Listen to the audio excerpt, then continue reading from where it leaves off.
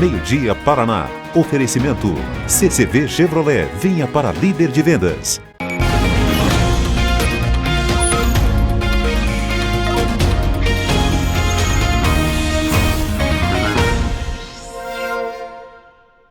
Olá, boa tarde. Diante do avanço do novo coronavírus, a ocupação de leitos se agrava em diversas cidades do estado. Desde sexta-feira, todos os leitos exclusivos para pacientes com a Covid-19 estão ocupados no Hospital Regional em Francisco Beltrão. Na cidade, no momento, faz 22 graus. Boa tarde. Em Ponta Grossa, os leitos clínicos para pacientes com o novo coronavírus também estão lotados no Hospital Universitário. Termômetros na casa dos 22 graus agora em Ponta Grossa. E você vai saber como está a lotação das UTIs também em Curitiba, onde a situação é muito preocupante. Mesmo assim, muitos ônibus continuam lotados e os passageiros se obrigam a enfrentar as aglomerações. É esmagado, todo mundo em cima um do outro. Não tem como nem respirar cedo, não consegue nem se mexer antes de tanta gente que tem. Muita gente acumulada, né? Muita aglomeração. Além de leitos de UTI, é preciso ter gente para trabalhar. Em Londrina, 190 vagas estão abertas para o serviço no Hospital de Retaguarda. Em Londrina, 22 graus. E vamos mostrar o trabalho de pesquisadores paranaenses que buscam alternativas para reduzir danos ao pulmão com a ajuda de células-tronco. 15 pacientes estão sendo testados. E agora a gente precisa acompanhar esses doentes por um mês para saber o resultado de eficiência do tratamento. O pulmão, ao final do processo de tirar o vírus do corpo, ele fica muito machucado. E daí gera muita falta de ar nesses doentes graves que saem de UTI. E tem mudança no tempo chegando. Você confere todos os detalhes da previsão já aqui no seu Meio-Dia Paraná. Fique com a gente. Bom, a gente sempre mostra aqui no Meio-Dia Paraná a lotação das UTIs exclusivas para atendimento de pacientes com o novo coronavírus. Por exemplo, hoje, Curitiba tem 79% das UTIs para adultos que estão contaminados com o novo coronavírus ocupadas. O repórter Wesley Cunha conta para a gente quanto representam esses 21% disponíveis. Wesley, boa tarde. Oi, Soler, boa tarde. Esses 21% disponíveis são 43 leitos disponíveis SUS para adultos exclusivos para a Covid-19, viu, Soler? Olha só, a gente sabe que essa taxa de ocupação mais elevada é uma taxa que nenhuma cidade quer chegar e a pandemia mexe com a vida de todo mundo e numa situação como essa pode mexer ainda mais. A gente vai ver aqui alguns números que alguns hospitais não recebem mais pacientes tanto de UTI exclusivo para a Covid-19, quanto também para outras situações, viu, Soler? Por exemplo, os leitos de UTI exclusivos para a Covid-19 no Hospital Evangélico Mackenzie estão todos ocupados. Na Santa Casa, também. No Hospital do Trabalhador, a taxa de ocupação de leitos exclusivos para a Covid-19 adulto no SUS já está com 91%, mas esse 91% não significa muito, porque ele só tem mais dois leitos disponíveis. O Erasto Gettner está com 90% de taxa de ocupação de leitos exclusivos para Covid-19 SUS para adulto. E esse 90% também não é muito, porque ele só tem mais uma vaga disponível. Na região metropolitana, o Hospital Municipal de São José dos Pinhais atingiu também a capacidade máxima. Agora, os hospitais que não estão mais recebendo pacientes que em outras situações, de outras doenças, como por exemplo o Hospital Evangélico Mackenzie também, que está com a taxa de ocupação de leitos de UTI SUS adulto para outras situações, já está em 100%. O Hospital Erasto Gettner também.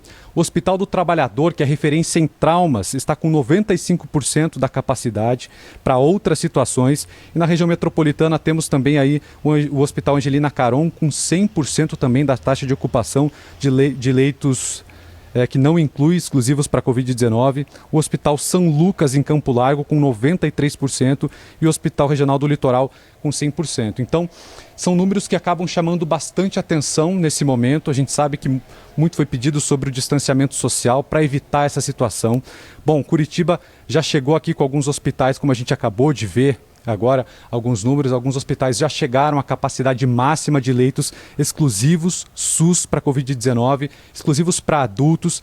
Enfim, daqui a pouco a gente vai trazer uma reportagem detalhando tudo isso, mostrando em detalhes quantos leitos há disponíveis no SUS para adultos aqui em Curitiba, quantos que tem na região metropolitana e também as respostas das autoridades de saúde em relação a tudo isso. É daqui a pouco, viu, Soler? Tá certo, obrigado, Wesley, até mais. E daqui a pouco a cobertura completa sobre a lotação das UTIs em várias regiões do estado.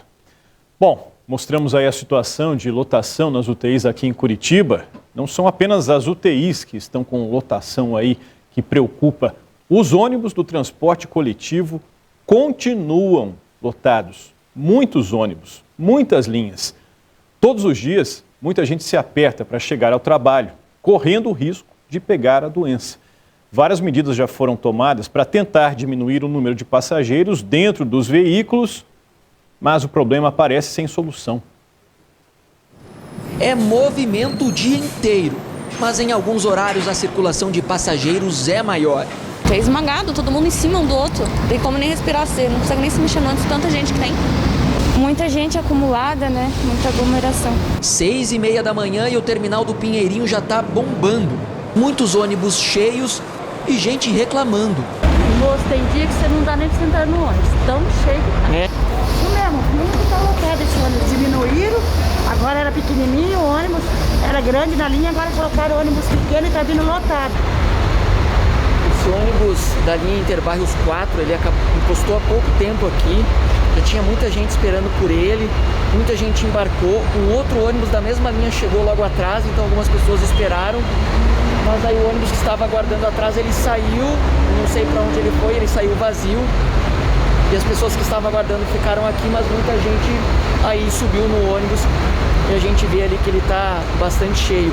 Nesse lado aqui do terminal, nessa parte aqui, eu não vejo nenhum fiscal fazendo esse tipo de orientação para os passageiros aqui em relação ao distanciamento e também à lotação dos ônibus. Dá umas 10 horas, se passar aqui não tem ninguém, não tem guarda municipal, não tem o pessoal da URBS cuidando. E à tarde a lotação é maior. No terminal, que integra ônibus da região metropolitana, quem vem de outras cidades também reclama. Eu sou da Fazenda Rio Grande. Os ônibus de Fazenda Rio Grande como é que estão? Estão tudo lotado. Eu saio de noite, é assim, ó, de gente. Então que adianta aqui tá assim, nos outros lugares tá pior. Vai piorar cada vez mais. 70% dos passageiros que utilizam o transporte público trabalham ou no comércio ou no setor de serviços. A reclamação deles chegou até os patrões que se queixaram para a associação comercial.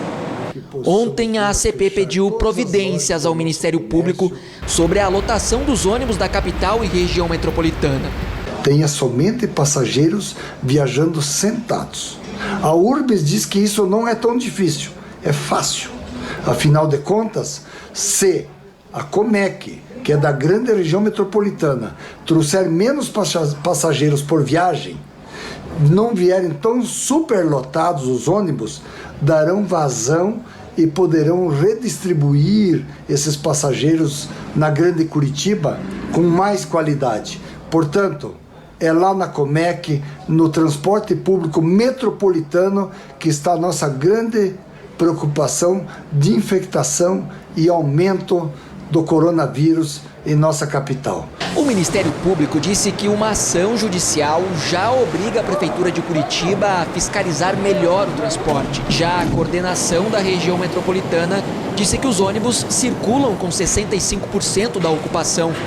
Também falou que a cobrança da ACP com o transporte não é a mesma em relação aos associados, que na sua maioria não aderiu à flexibilização de horários para diminuir o volume de passageiros circulando nos horários de pico.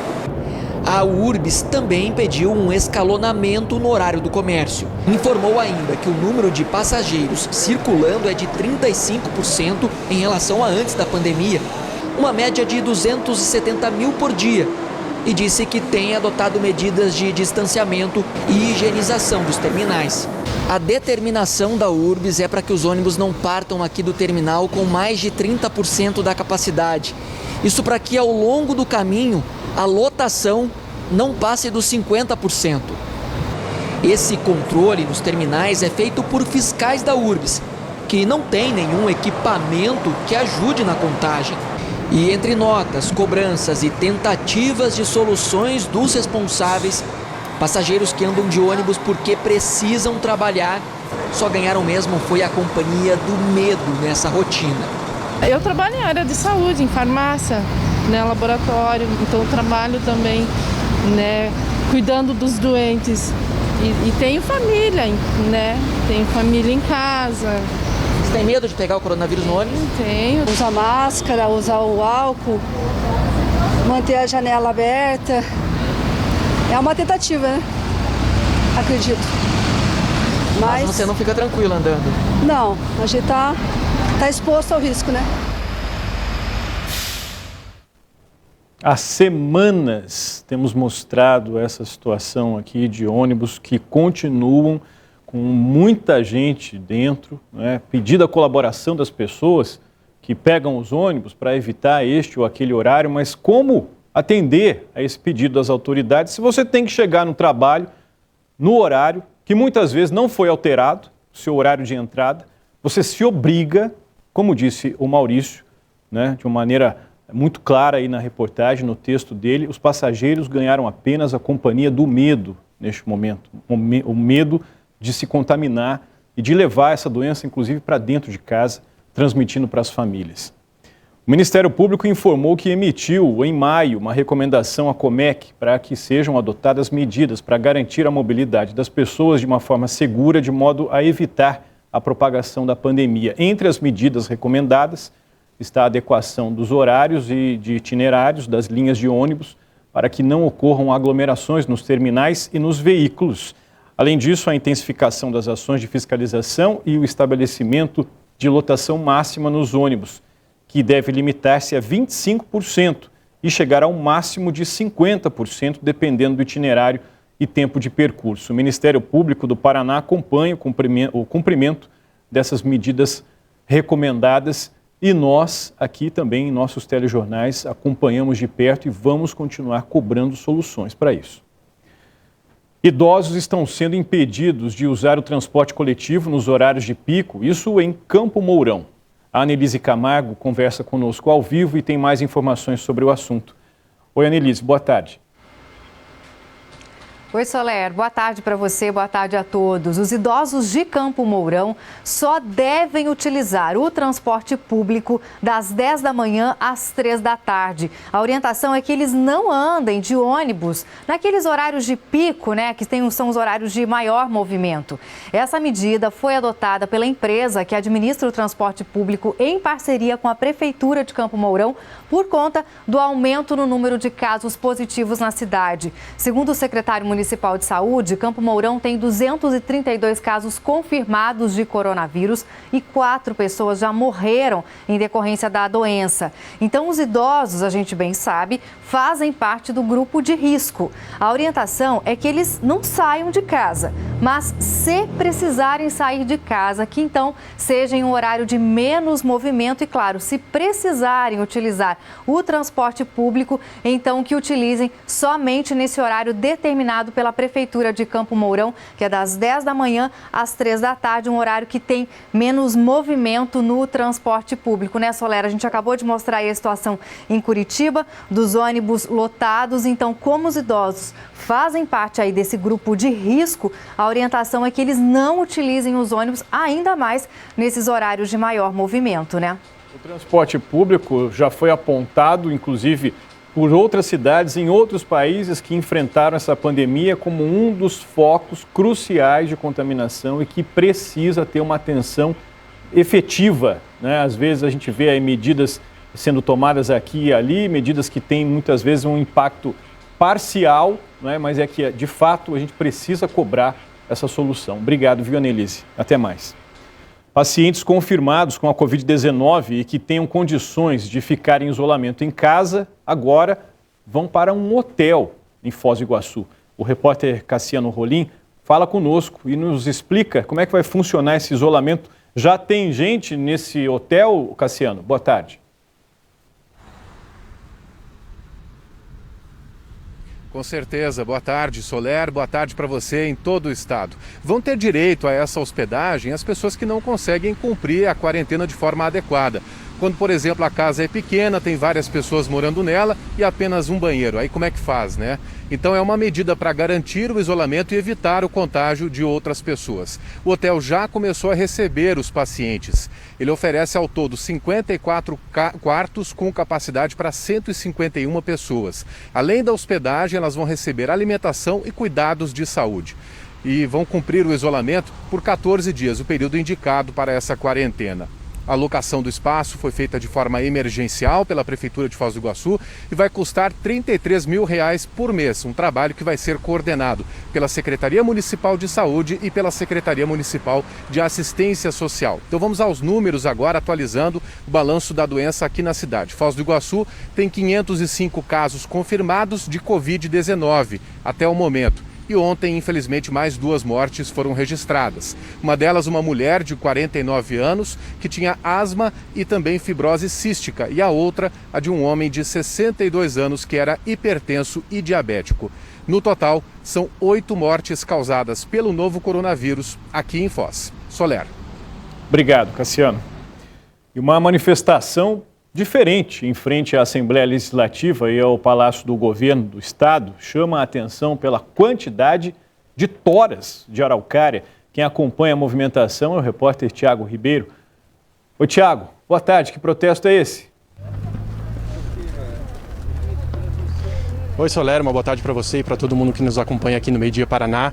Pois é, a nossa equipe está aqui em frente ao Palácio do Governo do Estado, onde esse grupo de manifestantes está protestando, criticando a falta de políticas públicas que sejam capazes de proteger a floresta de araucárias. Inclusive, hoje é o Dia Nacional da Araucária, esse que é um dos símbolos do nosso estado, então ainda mais simbólico é nesse protesto, neste dia de hoje. Você falou sobre as toras, realmente é uma imagem que chama bastante atenção, são 3 toneladas de toras que foram trazidas de Piraquara, que segundo a Prefeitura de Piraquara, elas foram retiradas, pois estavam representando perigo de quedas a moradias e também as redes de eletricidade. E por conta disso, esses manifestantes foram lá, trouxeram aqui e colocaram em frente ao Palácio do Governo para dar um choque não só nos governantes, também chamar a atenção da própria população. E um outro motivo que eles estão aqui é por conta de um protesto contra um projeto de lei do deputado estadual Bacil, que de certa forma flexibiliza o corte de araucárias. Neste momento, esse projeto de lei está em análise na Assembleia. Por enquanto, eles estão aqui então protestando com essas toras 3 toneladas em frente aqui ao Palácio do Governo. Soler.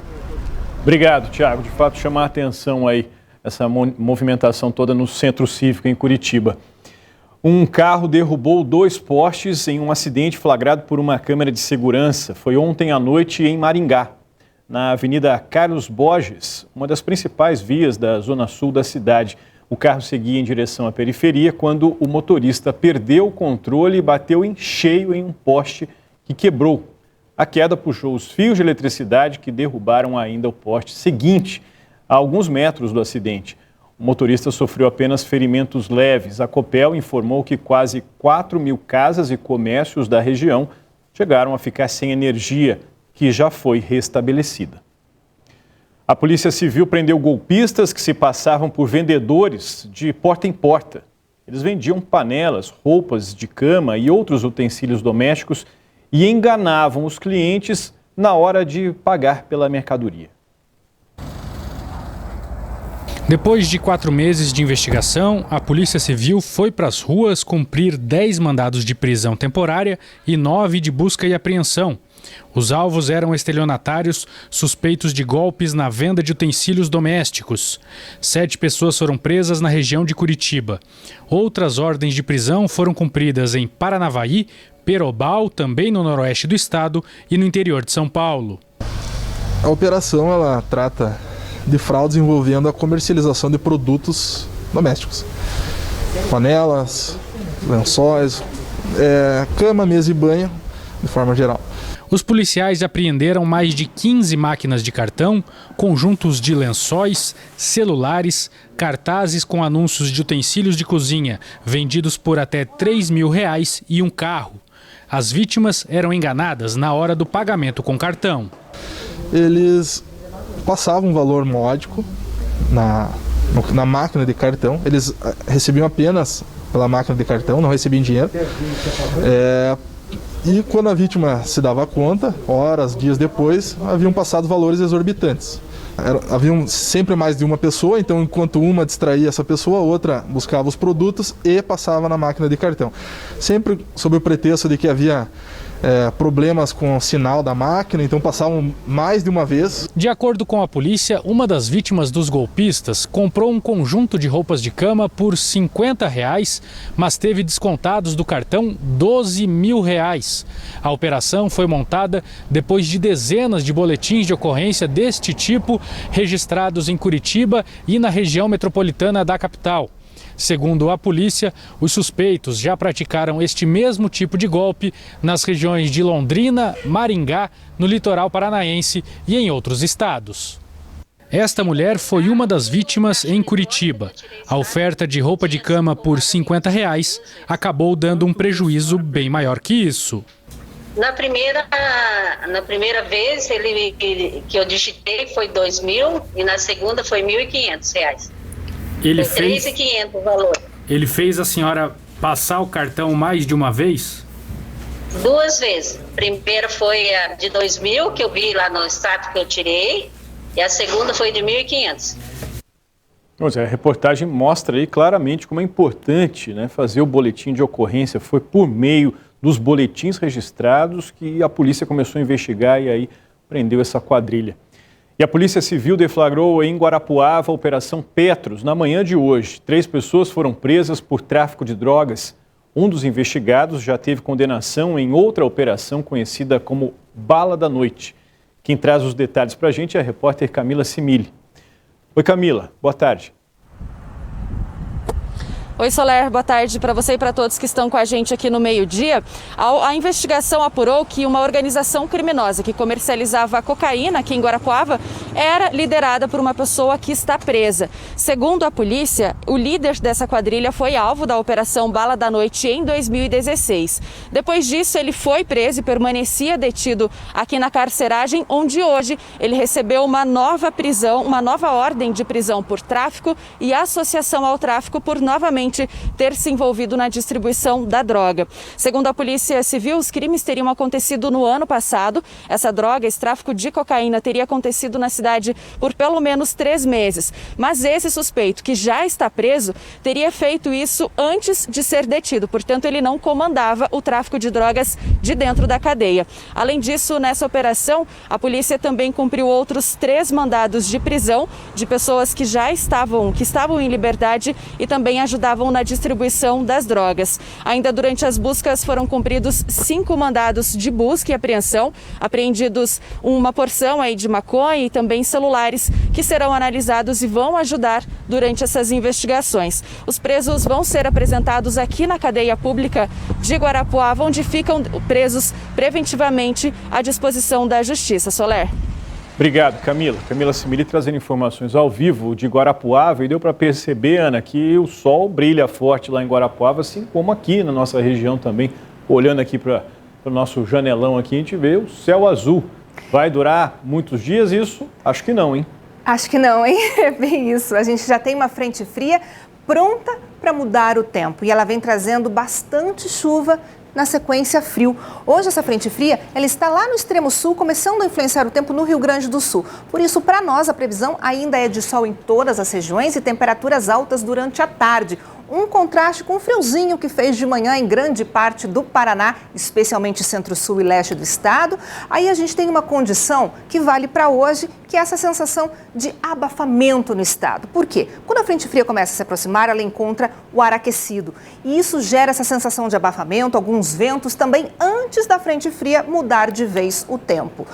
Olha só as temperaturas de hoje. 27 em Foz, 28 em Maringá, na região de Paranavaí, 26 em Cascavel, Londrina e nas praias, 24 graus em Curitiba, Tempo bastante abafado em todas as regiões, mas amanhã a frente fria já chega bem perto e já começa a mudar o tempo. A gente já começa fazendo um alerta importante para o oeste do estado, que é por onde a chuva começa, e com ventania, risco de granizo, acumulados bem grandes, ou seja, chuva forte, trazendo possibilidade de temporais. A chuva amanhã mesmo se espalha pela maior parte do estado ao longo do dia. E aí a gente tem uma condição